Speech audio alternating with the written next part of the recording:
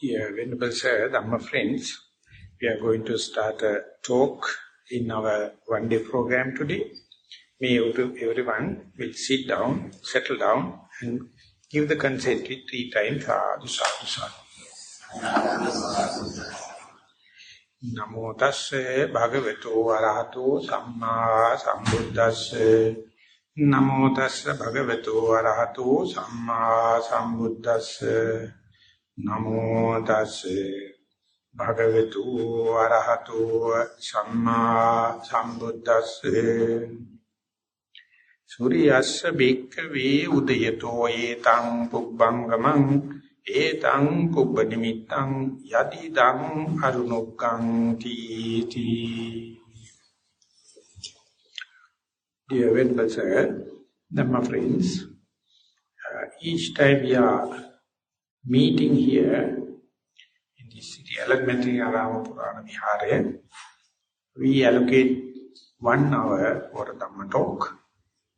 That is a norm, as well as we used to take one particular discourse of the Buddha and take it as the topic for the, not for the day's talk, but the topic for the whole series. And then, day by day, we try to get a quotation from that particular discourse or sutta, and then try to penetrate into that particular sutta or discourse as much as possible. So now we have taken the Suriya Sutta.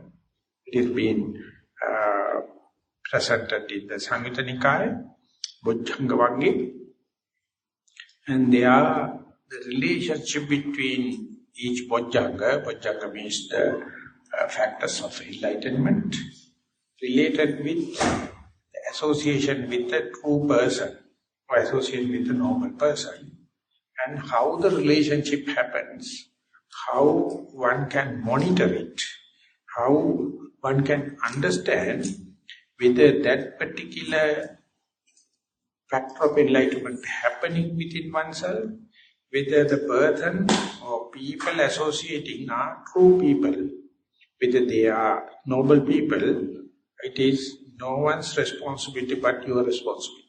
So if you do not know whether that particular quality is happening within you, or whether you are really associating with the particular true person, it's utter wastage of time.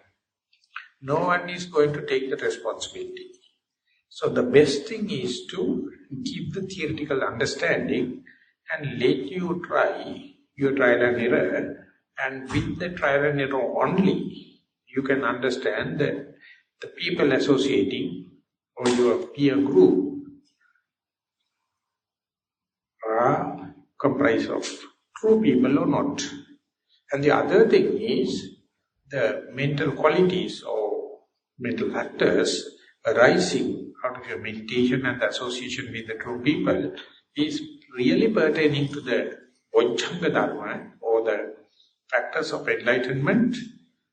You may have to verify then and there, otherwise it's a wastage of time and it will be too late. And therefore, the Buddha give a very nice as well as a gradual as well as very practical hint. He says, before the sunrise, there's a precursor or a sign, and then only then the sunrise happens. The precursor or the sign is the dawn. After the rising dawn, anyone can understand this is a sign, this is a precursor for the rising sun. So therefore, sun never rise without the precursor, without the dawn. So therefore, before you aware, before you contact, before you pragmatically understand the sun, you must understand what are the signs and symptoms of the dawn, and when and where you correctly understand the dawn, you can predict within 30 minutes time the sun will come. Likewise, the Buddha says, before you are developing your own factors of enlightenment, definitely you are bound to meet the true person. bound to meet the spiritual person, and therefore by understanding the qualities of the spiritual person, correctly understanding, you can predict by this association, by this dialogue, the factors of enlightenment will arise within me. So therefore, factors of enlightenment is an internal factor, that is some of your mental concomitants, but the association with the true person is the ethical factor, social factor. So therefore you can understand each one interdependent, each other. So you are the witness. You are the one witnessing it. So both of them are equally important. That means day by association you must understand what you are associating. The true person is by action, by verbal deeds and by mental, he or she will show his or her innocence. True person is very innocent, there is no agenda. And when that means you are also, or otherwise we can put it this way, you also must be innocent person in order to keep the relationship with the true person, otherwise you are the one going to get damaged. Definitely you will damage yourself if you have any minuous kind of objective when you are associating with the true person. So therefore, if you happen to meet the true person or the spiritual person, and if you understand, I can't cope up with that particular person, that means you have to rethink about your likings and dislikings, your personality traits and your character, and try to fit into that true person. It's a sacrification. Imagine if you have sacrificed for a wrong person, it's better to commit suicide. It's better to commit suicide. And you are the very person decisive. So that responsibility Buddha never take. He is not a savior like other religious masters. He says, you are responsible for this association. It is not the Nibbana, it is not the fact of enlightenment, but this correct association with the correct person definitely going to give rise to these factors of enlightenment. So therefore, ethically, you must be confirmed that you are with the true person or spiritual person, and then you are fairly on the safety hands. Within a short period, you will experience the factors of enlightenment. So one day, during the time of the Buddha, one person came to Venerable Ananda, the official attendant of the Buddha, and asked how one can select you my master. How can I verify that my master is good or bad? Or my true friend is true or not? My spiritual friend is really spiritual or not? I mean, it's a philosophical, very valid answer. But how to give a universal, is a very good question, but how to give a universal answer, very difficult. Venerable Ananda would have given practically, Buddha is a good person, please associate, that is what I am doing, you also have to follow, and that's a personal issue. But the Venerable Ananda never give that kind of a personal answer. He says, whenever you are associating a true person, if you wish to understand, wish to know that whether that particular person is true or not, you have to understand that particular person is doing what he is telling. What he is telling is what he is doing. That's it. It is not doing something and telling something. Yathavadi tathakari. Yathakari tathavadi. It's such a simple thing, or it is such an innocent thing. You have to understand within a day how many times you are going against your words. Whatever you are predicting, what you have wished to do and will, but you can't cope up with that. Ultimately you end up with something other. Equally, when you are associating with your spiritual master or with a normal master, you can understand by long association whether that particular person is true to type. What is telling is what is doing, what is doing is what is telling. So you can't do it by overnight. You can't do it by his promise. You have to associate very closely and see whether that particular person is true to his words. That is one thing. And he gave it a second criterion. Before you, he would have selected by other many people. That means already he must be a renowned person. You must not be the first person introducing him. Then it is a separate case. You must understand that particular person must be already earned a reputation, having metta or loving kindness from the others. So you by going to him, you can understand there are some other followers. They have gone before you and they have verified according to their way, and that is why they are associating. So it's another positive quality for you to understand you are not running a risk. You know, these other people also follow you. And the last one is, at least one person out of that followers already would have realized what the master is telling. We are just not the blind followers. So not only you are following the master, you have to follow the disciples also and see whether it is a cult group. In a cult group, it's a very dangerous things are happening. Everyone is very devoted and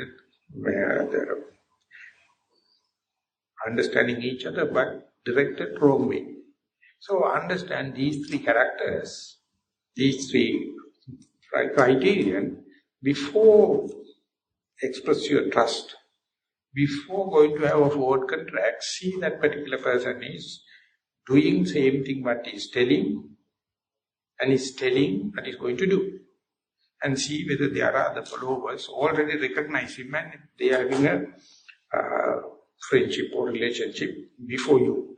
And at least one person out of that should have touched, experienced what he is telling. So likewise, whenever you are sacrificing your life in order to gain this spirituality or factors of enlightenment, you must verify it, because it's a very responsible thing. No one you can dedicate that trust. Even to the Buddha. This only single master so far appeared to the humankind, giving the fact in points, rather than personal believing, rather than depending on the faith or blind faith or like kind of thing. So therefore, if you can't take that, always you are depending on others, depending on faith, depending on the healing powers, depending on the magic, ultimately you are misleading your master. Master also will go wrong, and you are about to go wrong. So therefore, when you are following the vipassana, following the teaching of the Buddha, always in an experiment, lifelong experiment, each and everything you think, each and every word you are expressing, each and every work you are doing, you are looking through this mirror. That means it is because you are doing it with wakefulness, awareness, mindfulness, vigilant and diligent. Don't sacrifice, don't improvise this diligence with other kind of things. That means your diligence, your vigilance cannot be replaced by other things. So therefore, whenever you are going to practice something very seriously, you become more and more responsible. That is why the Buddha says, before the practice of enlightenment happens, these early signs or precursor happen, be careful, and whenever it is happening, facilitate it in a such a way, they will lead relationship, communication, and your own verification. That verification is, I understand, most of the yogis or practitioners try to find criterion outside. Then you are utterly at lost. You must have your own measuring yardstick, measuring stick. So simply I would say, by extracts of the Pottapada Sutta, whenever you are practicing, if your stress is reducing, if your tension is reducing, That is the path. That's it. No other magics, no other healing. All the things it can be camouflage. But you, if you know your tension, if you know samsaric suffering, by associating a true friend, or by associating mindfulness, by practicing, if you can understand temporary or long term, if you are releasing your tension, if you are releasing your frustration, you are the very person immediately to understand by practice this much of tension reduce, this much of frustration reduced, and that must be the intrinsic, basic yardstick for you. And if you do not know that, don't expect from your teacher, don't expect from other things that can be compensated. Never. That is why when we are practicing, we interview, have a dialogue, discussion, question and answer, and try to get a feedback. When you are practicing, how do you feel? When you are practicing, how do you feel towards your primary object? How do you feel towards your body? And if you say, I don't know, I can't feel it, but you must know, please tell me whether I am practicing, I am advancing or not. It is not possible. It is not a joke. So that means both the parties should share the responsibilities. When sharing, the nice thing happen, revealing or the communication, lack of tension, lack of frustration happens, and you see there's an art from the high tension to less tension, high frustration to the lesser frustration. So when it is happening, another thing also I would like to express before going to the deep, don't expect zero level of frustration. Never on this earth. Only it is gradual reduction. You start at 100%, when it is leading 98%, well and good. And from the 98, if it is reduced to 97, well and good. Don't compare with the neighbor. Don't compare with the other person. Because he may be in the separate range. Your teacher may be in the separate range. You are the very person to understand this utter 100% suffering. Whole life is. But when I am practicing temporarily or permanently, I sometimes touch, experience less frustrated, less tensed area. So what is the path from high tension area to less tension area? High level of frustration to lesser frustration, and that must be the path, and that also by experiencing this less and less tensed area once won't make any change in your life. You have to go in, come back, go again, come back 1001 time, then only you become mature, you become master.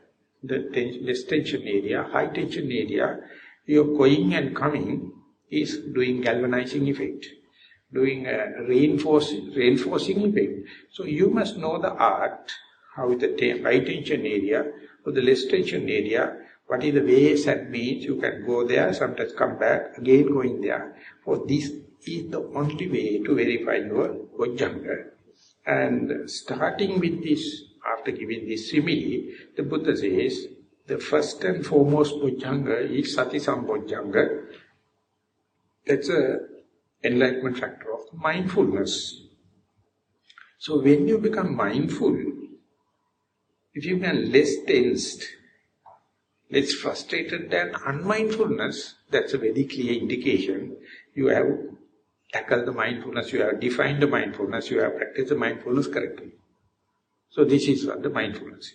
So therefore, if you are experiencing and touching and getting earthed or grounded with less and less tensed areas, less and less frustrated areas, you are the very person going to get the benefit then and there. But don't expect that already a new tensed area to be continued persistently, because temporarily, but again you can go to the high tension areas, high frustrated areas, but occasionally, when and where possible, you can go to the less tension, and you know the art. What should I do when I become tensed? And what are the ways and means to practice mindfulness? When you are applying your own methods, same old method or new methods, ways and means, you can experience temporarily or permanently this less frustrated area, less tensed area. So this is how the mindfulness as a factor of enlightenment you are going to develop.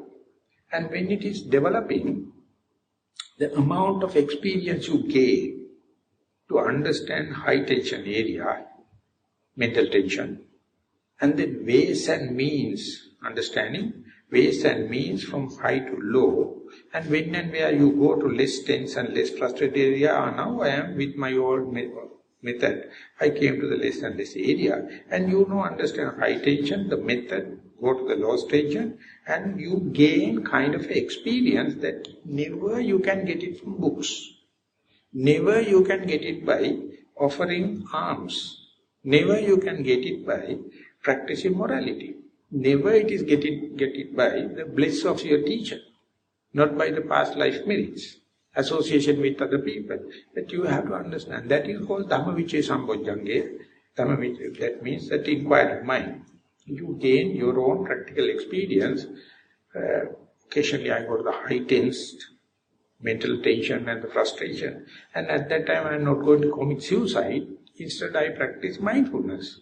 And when I practice mindfulness, my tension temporarily goes down, not up to the zero level. And again, after a while, again tension increases, and again you can go there. Your pragmatic, practical experience never can be assimilated by reading. Never. Never can assimilated by copying others. Never you can expect by the blessing of the teacher. So therefore, if you are not doing that thing before you become old age, before you become sick, before your deathbed, it's your waste your life. You have to die like a beast. When you become sick, whatever the facilities and para-health situation, you have to utterly suffer. Nowadays, you can see suffering people, you can see the sinking people, you can see the people slowly dying. All the facilities are there, but they are not mindful. So whatever the facilities, the best example you can give is, if you are a bad person, after the death you can go to the hell. Everything you are going to get in the hell, now you can get on the hospital bed. Piercing, pouring, burning, killing, cutting. So Yamapalla, whatever he is going to do in the hell, now you can get in the hospital.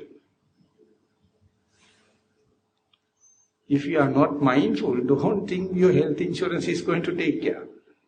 And when you go to the old age, house for old ages, people think that I have nothing to worry about the children and everything because I have my money. I will be put into the house for elders. And if you are not endowed, armed with mindfulness, so sorry, disorganized life. So therefore, not that mindfulness is natural thing for a human life. It is utterly artificial. Unless there is no Buddha, no mindfulness. So therefore, you have to take time, like you are eating, like you are breathing, like you are drinking, you have to incorporate. And each time you have to understand when and where you apply mindfulness, the high tension will be less, frustration, mental tension, mental frustration, and you are the very person knowing it, but don't expect that low tension, low frustration to continue, persist never. Again go there, again come back. Each time you gain something that is called Dhammajiva Sambojjhange. If you have known that, the simple question asked is, what is the difference between the beast and you? No difference. Whether you claim you are a cultured person, whether you claim you are a rich person, whether you claim as you are a well-to-do person, no difference.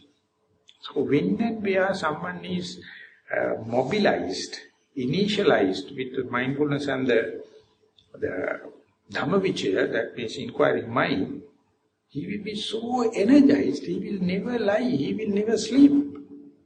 He understands this life is to live, awake, mindful, vigilant, diligent, not negligent.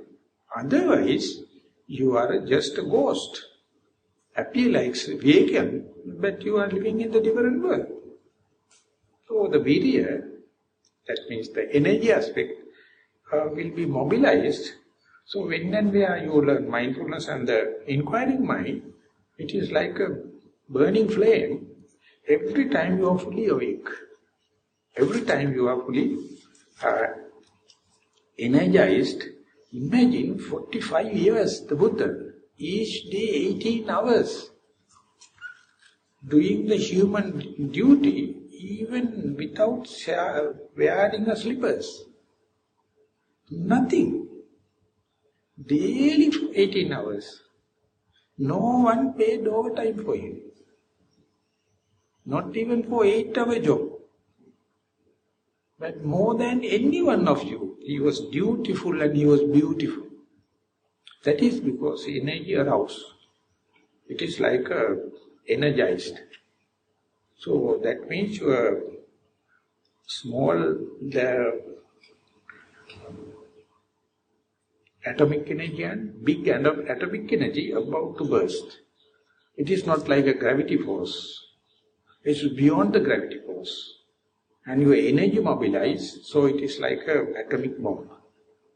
The energy is so much, you don't believe when the atom is bursting, the amount of energy it is releasing. So Buddha is a source of energy. Because he never recognized the gravity, he is now reduced his whole phenomena to the energy level. It's a mere energy. Virya Sambojjhanga, otherwise if you love your body, you become a rock.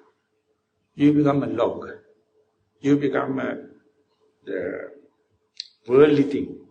When you are more and more meditating, ultimately you can see energizing. Ultimately by meditating within your body, when you are meditating, you can figure it out. This is my body, this is not my body, boundaries go on. Everything appears like energy. And you can't claim this as me. It's a full of energy, cosmic energy. So you are merging with that. Then the Buddha is there. Otherwise, you claim me, I am a Sinhalese Buddhist, you are not, and sectarianism, but when you go to the energy, no difference. Everything is the same. So that is called Vidya Sambojjhanga, that is what we talked last time. So I thought of going to the next one, Piti Sambojjhanga. When you go there, when you become energy, slowly, no friction. That is what you call Priti. Whenever there is a friction, hate and wear and tear is there. When there is no friction, comfort zone. When you come to the comfort zone, it's just bliss. It's just a gladness. It's just a rapture. And you can understand people are crying. People are living on the past. They are not mindful. They are worrying about things worth worrying. But the person meditating, never let the mind to go to the past and the future. Try to be here and now. Don't worry, don't let the mind to worry about other people and other places. Keep it here as much as possible. In this very moment, no frustration, no worries, no friction. It's a comfort zone. And if you think that thinking about the past is my duty, or if you are going to say thinking about the future and future planning is a must, if you are going to say no, I am thinking about my daughter and the son is a must, if you are going to say thinking about the whole country or universe or my property is a must, yes, that is, if you wish to suffer, that is a must. No problem. No one is protesting. But the Buddha is doing such, you have a birthright. Be here and now and see, can any frustration and live in this here and now? Can any tension can live in the here and now? And your main task is to maintain this here and now moment continuously. When it is happening, no friction. When it's happening, no frustration can happen. So you are bound to feel the rapture. You are bound to feel the gladness. So therefore it's a birthright. Only you are, if you are following the Buddha, they only put you into the practice and see, trial and error. Occasionally, whenever the alignments happen, you can see, you can be here and now, consecutively 3, 4, 5 seconds, 3, 4, 5 minutes. And there you can understand it is something you can experience under your very nose. And moment you be and understand, appreciate, there you can see the whole suffering, whole mistakes, all your backlog is null and void at that moment. But our mind is not happy, that lack of tension, lack of frustration, always seeking ways and means to worry. It is called fear of freedom. We have the great fear for the freedom because present moment is freedom. Whenever you come to the present moment, you develop fear. Whenever you come to the present moment, you feel unfamiliarity. Whenever your mind comes to the present, it appears boring. Whenever mind comes to the here, you appear monotonous. So therefore you make dreams, fantasizing, daydreaming, past, future, and then go to the frustration. But whatever the mistake, wrong thing, wrong view, wrong thinking, you are right. Your endowment to come back to the present moment cannot be shaken. That's a birthright. Again, come again and again. More and more you be here and now, less and less worries. That means rapture, gladness, kind of positive qualities can happen. So it is not a difficult product to say. Everyone is happy to be glad. Everyone is happy to be rapturous. But the Buddha says, when it is come up to the Bojjhanga level, that means whenever it come up to the factor of enlightenment, that very rapture, that very gladness, you must develop without an attachment. That is the greatest thing. You have to hard earn it. And do it in the Viveka Nissitang, Viraga Nissitang, Nirodha Nissitang, Patnissagana Pasi. Whenever it is happening due to alignment of the Dhammajiva, Thati Sambojjhanga, Dhammajiva Sambojjhanga, Vidya Sambojjhanga, sometimes when everything is aligned, you feel rapturous, you feel glad, you feel mobilized. And as and when it happens, if you are not well instructed, the desire, the underlying tendency of the desire for this gladness happens because human beings are driven by pleasure principle. Everyone is chasing behind the pleasure. So even when the Dhamma happens, Dhamma Vichaya happens, even the meditation is going to be successful, whenever the gladness arises, whenever the rapture arises, the underlying tendency of desire for that is so dangerous sometimes. For example, if you are to experience the second jhana, for example, it is a very good mental state where no discursive thoughts, no applying thoughts, mind is fairly with its piti sukha, and you entertain it as a superhuman rapture, superhuman gladness. Ultimately, so much so you recognize with it. Whenever you become deprived of that gladness, don't worry if you feel committing suicide. It is suicidal. During the time of the Buddha, 3 people, 2 already committed suicide. The third person, the Buddha went to the last moment and he managed to explain the person. There was one monk called Assaji, and he was a very deep, very obedient and solitude-loving, good disciple. And he used to practice jhanic experiences, and whenever the unhappiness happens, whenever frustration happens, he used to put his mind into the absorptions and live, and he knows this is a panacea, this is the universal answer for all the frustration, and he took it as his own shield, or his own armor, whenever the difficulties happen. Ultimately, he inflicted with the terminal disease, and slowly, his ability to get into that absorption reduced.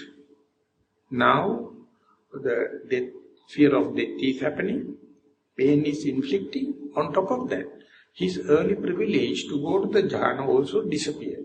So he was so desperate, now he knows he is going to die, just desperately, definitely going to end up with the nether world, hell, apaya. So he sent a message to the Buddha. Whenever such a message goes, each and every time the Buddha is not going to pay visits. But this time, lucky, as lucky we are, the Buddha goes there and he was at the last thinking, he's in the deathbed. And he just to get up and pay respect to the Buddha. Buddha says, don't worry, for a sick person, you can lie down. And he start crying almost, saying, Bhante, I was a very good disciple, disciplined person, I practice and I got this rapture, I got this gladness, I got this absorption. At that time I thought it is permanent thing. Any time when I go something wrong, I can put my mind into that and then I am shield, armor. So now what happens, due to my this terminal disease, my ability to go into the jhanic experience reduces and the diseases are consuming me, pains are happening. On top of that, the disappointment. I can't go into the jhana and therefore I know now I am going to end up with 3 negatives. So definitely I am going to go to nether world.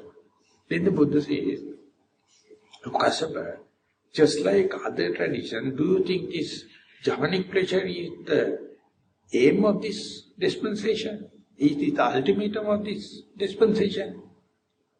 But then the Venerable Assaji is little bewildered. Is your morality disturbed? No, Bhante. Even I am inflicted. Even I am at the deathbed.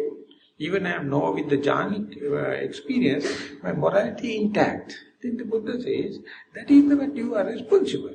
Not the jhanic experience, not the pleasure. So therefore trust upon your morality. The moral person any time can develop the concentration, and when the concentration happens, the pleasure and the gladness can happen. So therefore don't worry about that, what is gone. Be aware of the morality that you are keeping intact. And that is something attributable to your discipline, your restraint. That is what you must appreciate it. Even if you are inflicted with so much of difficulties, even if you are reaching the death, see your morality is unbroken.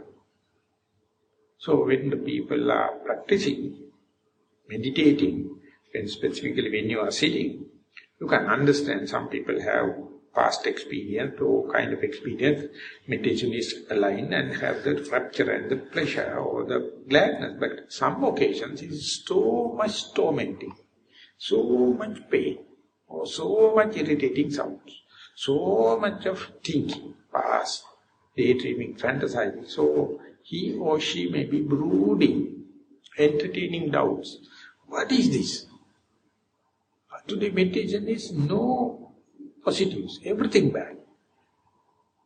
So this is the only point. You can check 3 things. One thing is, yes, it is thinking, it is pain, it is sounds, but is my faith on the Buddha is reduced? Then you are in trouble. If the sounds happen, pain happen, thought happens, if your faith reduces, that your faith is not very steadfast. Make whatever the difficulty, your faith is intact. Second thing is, whatever the sound you are listening, whatever the pain you have, whatever the thoughts, daydreaming, does it inflict your morality, your precepts? Can. Not a single defilement can pull you out of your precepts.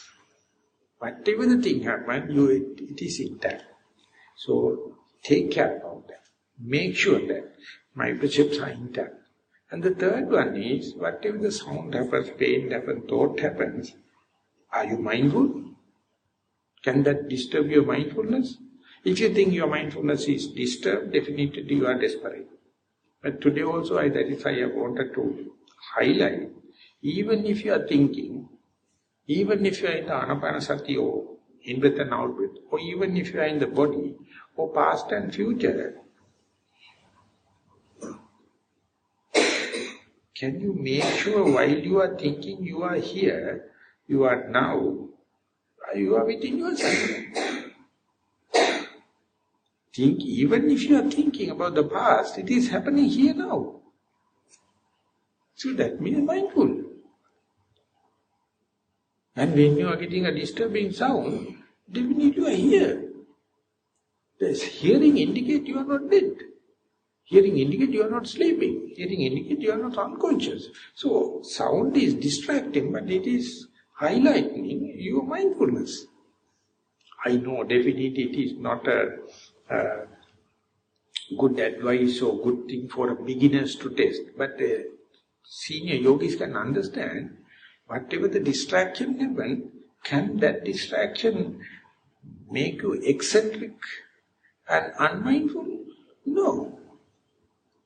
Mindfulness is such a powerful tool. Knowing it is a distraction is the mindfulness. So this is the way you develop confidence. That means even if you have mindfulness or not, don't worry, just be aware of it. Whether you have the pressure or pain, don't worry, they are temporary things interchanging each other. Whenever you are painful, yes, painful, but that does not indicate your pleasure is removed forever. The pleasure again can come.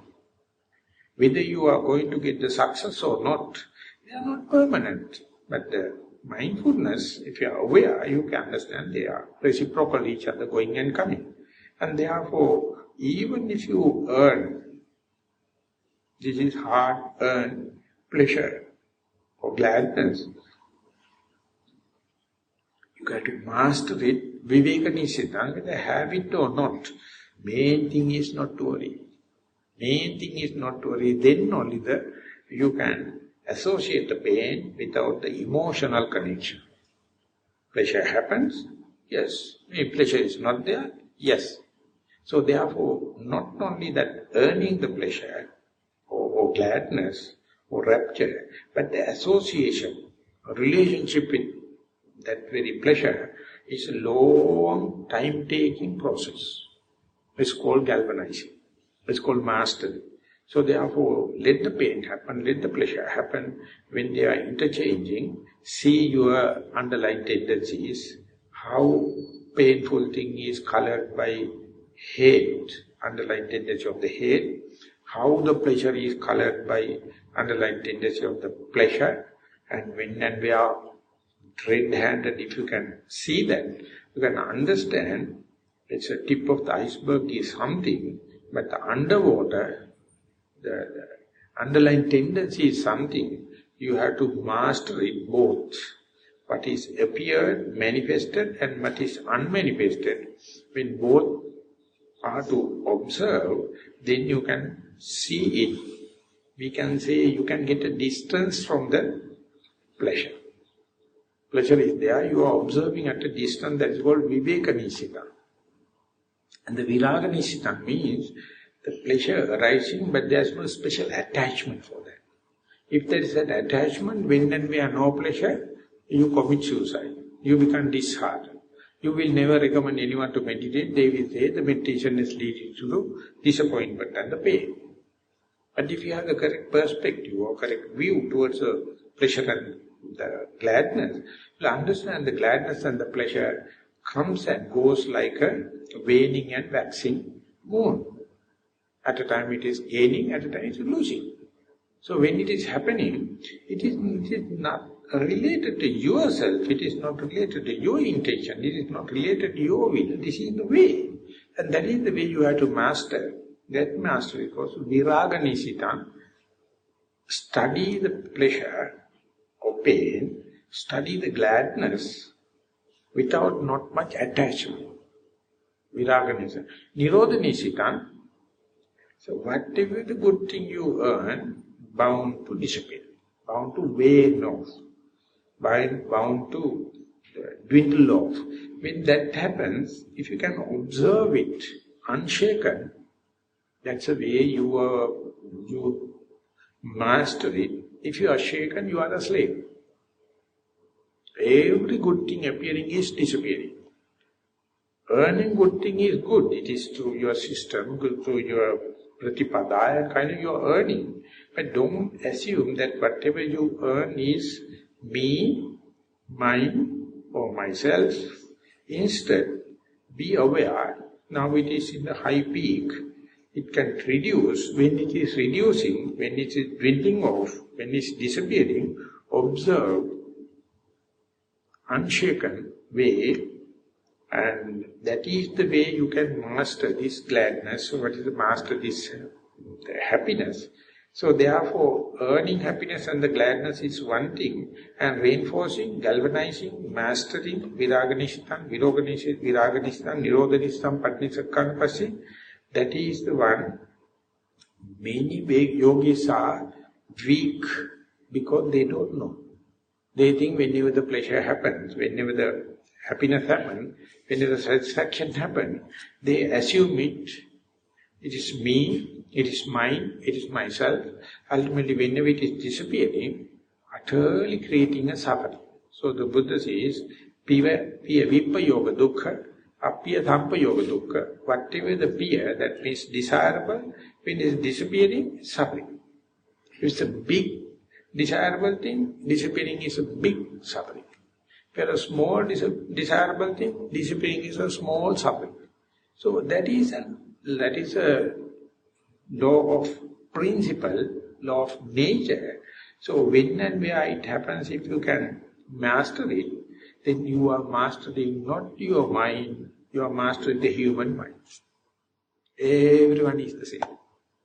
Everyone is the same. Whether you are male or female, Western or Eastern, young or old, senior or junior, ordained or non-ordained, you are mastering the human mind, and you can understand, once you master little by little, in future also, if this happens, that can happen. If this is not there, this is not there. And that the other people are suffering because they have not mastered it. And by healing them or giving gift or even giving any kind of thing, won't make any permanent change. Only thing is you have to teach them, please be mindful. I am teaching, please be mindful and mind your business. Whenever you are going to tackle others' business, yesterday's business, tomorrow business, other places, it's utter foolishness. At least in meditation. Whole day what you are doing is, without you get a grounding, without you get a foundation, and you try to compensate it by becoming a benevolent, Samaritan, good person. It's a mere camouflage. You will never be a master one day, because what you are telling you can't do. What you are going, you can't tell. So when you are trying to understand, I will try to be mindful as much as possible. When and we are mindful, I have to understand, mind your own business. So it appears like quite unkind, unsympathetic, unsocial. And you can interpret, no problem. No one is going to find going to get a court case against you. But try, when and where you apply your mind for mindfulness, when and where you try to be meditating, as much as possible, not to tackle others' business. That means you are bankrupt psychology. People with the bankrupt psychology think about the others' business, and ultimately both the parties are losing. So when and where mindful, when and where you allocate mind to, develop mind to at least maybe 5 minutes per day, 30 minutes per day. During that 30 minutes, imagine how many thoughts are coming about the well-being of others, well-being of tomorrow, and the past mistakes, other places. These are all indicates you do not know the game or art of being happy or pleasure principle, and you do not know how to relate with this pleasure principle or glad game. When and where you see the true person, that person is an example for you to follow, is not worrying about other people, other places, past and the future. And he's always trying to keep the mind less and less tensed, less and less frustration, and tell what he is doing and what is telling is doing. And present-day politicians, they proved to the world what we are telling is not we are going to do. Still you are voting. Still you are voting. All the multinational companies, corporations, exactly openly do, they are not telling what they are doing. Their constitutions are there, lawyers are there, what they are telling is not they are doing. All the big organizations. So mass production, everything is, they never do what they tell. But they tell they are not practicing. So, but that's a threat, I know, specifically for the younger generation. But what I am telling is, when you are practicing mindfulness, when you are developing factors of enlightenment, you can try for 5 minutes or so to do what you tell. Tell what you do. That means true to type. And when and where you learn the art, you can see slowly, you can diversify that mindfulness and apply. And when and where you apply this true to type kind of behavior, you can see another true person, he also try to do what he is telling. What he is telling, he is doing. But definitely I am talking so much because you will take it for 24 hours, you have to have this character. No, I am telling 5 minutes per day. At least 30 minutes per day. Try to be true to type and sit, and you are here and now. Try to be not to past, not to future, not other places, not other people. And how much you can be, that I would say, the compassion to yourself, well-being to yourself. And within that, still if you are going to say, I have to think about the parents, children, well-being and kind of thing, I would say that 23 hours and 30 minutes, yes, but for these 30 minutes, then you can understand your mind, always eccentric, is finding reasons to be eccentric. And each time you eccentric, your tension increases, frustration increases. You are burning the candle from both the ends, so therefore no more you can help others because you are not helping yourself also. So therefore when and where the Bojjhanga Dhamma or factors of enlightenment happens, basically you can see less and less frustration, less and less tension. And you can see it is happening only in one dimension where here, now I am, is alive. Never in plural terms. Never in the past and the future. Never in other places. So that dimension, here, now, I am only valid for human being. No other person, no other beasts. So if you wish to be a beast, be eccentric. Whenever you are eccentric, not in the present moment, the Buddha says beastly, not the Bruce Lee. Beastly. Because at that moment you are burning yourself. You are torturing yourself. So therefore, increase the time, how much you are living with yourself or minding your own business. And at that time, if you can understand clearly, easily you can increase for 5 minutes to 6 minutes, 30 minutes, 35 minutes, because you are very fine then and there. Not only that, you can see other people also in the society, minding their own business, they practice. And easily you can fit with them.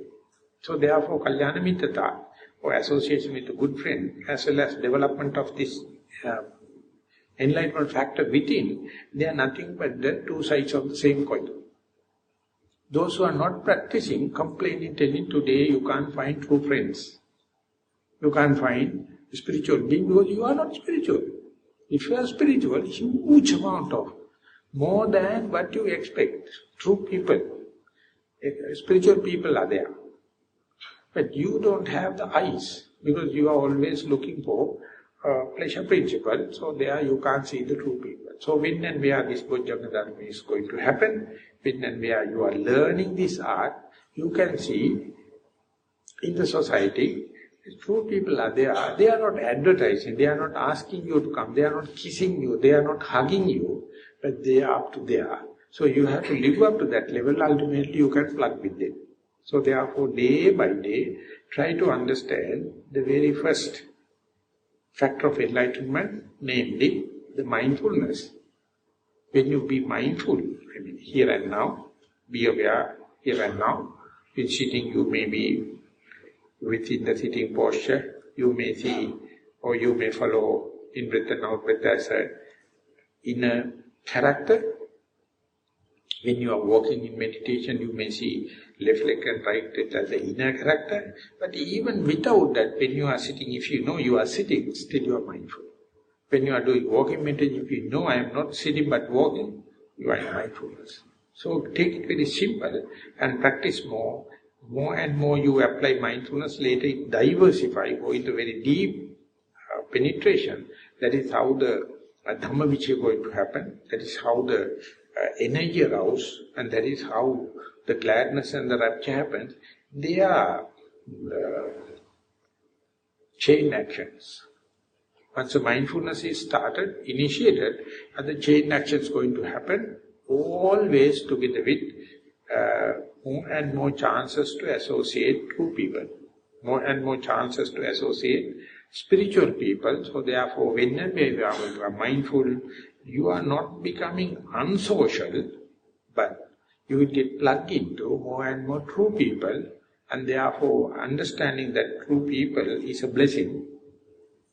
And therefore, when and where you become mindful, you become more and more close to the Dhamma, Buddha, as well as Sangha, as well as your morality, that is to say, precept that you are holding, and definitely it will be day by day increasing. So, if you wish, if you have any idea about well-being of your children, well-being of your parents, well-being of your relatives, friends, just share with how much we can be mindful by association. And then ultimately, not only you are getting the grace from the true person or a spiritual person, you yourself also will be a role model or true person for the beginners. This is how it came up to the present moment, 2,600 years. So don't put you into the insignificant level. You are a valuable individual. And to give that value, appreciation, my interpretation is, more you become mindful, more you be a significant person to the sasana, and that is how it is happening. Let that message carry to the second generation also. So therefore, I would like to sum up the today's talk, to be mindful and mind your own business. Thank you very much for listening.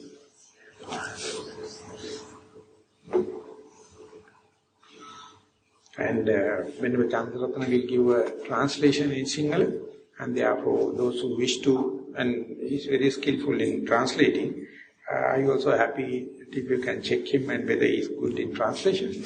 And after that also there may be a sharing of merits. So therefore I just conclude the talk by thanking you for listening. So please participate and share merits with all the people, put up these places and buildings and everything, and remind my name also when you are sharing with them. Thank you very much.